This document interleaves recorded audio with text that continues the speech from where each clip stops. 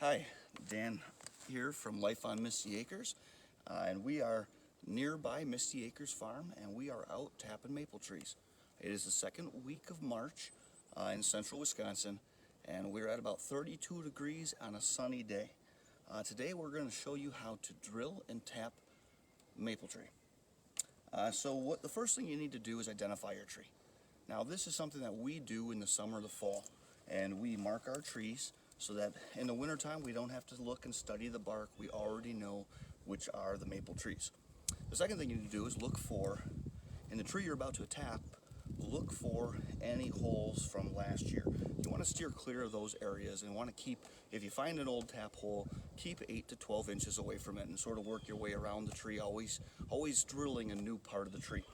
The best side to drill on a tree is going to be the side that's facing the south. It's going to get the most sun and is going to give you a better yield. You'll want to drill your hole 3 to 4 feet off the ground.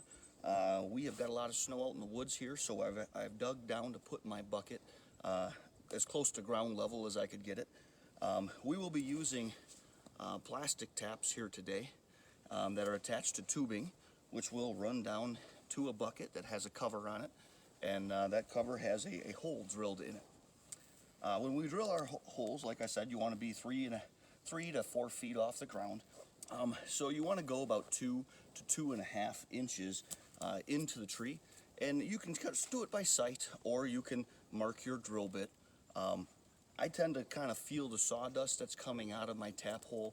Looking on a nice sunny day like this, it'll be moist when I've got in about as deep as I need to be, and sometimes on a day when the sun's shining like it is, this tree will be running as soon as I drill my hole.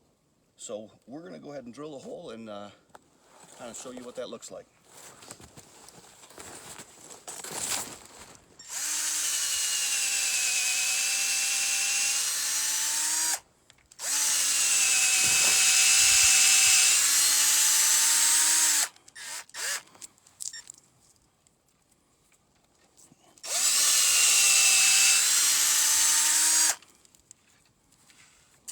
I always like to kind of ream my holes out so I don't get any sawdust to clog up my spile.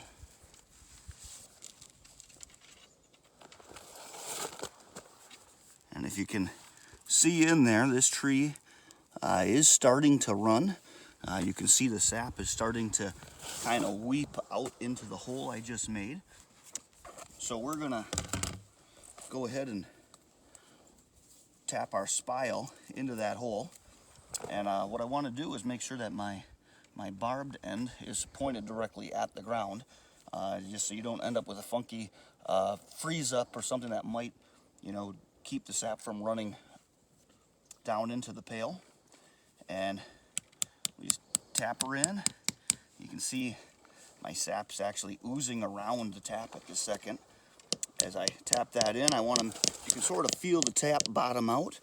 And you don't have to go crazy, but you want to get that in there firm to, kind of seal that sap so it always runs down through your spile.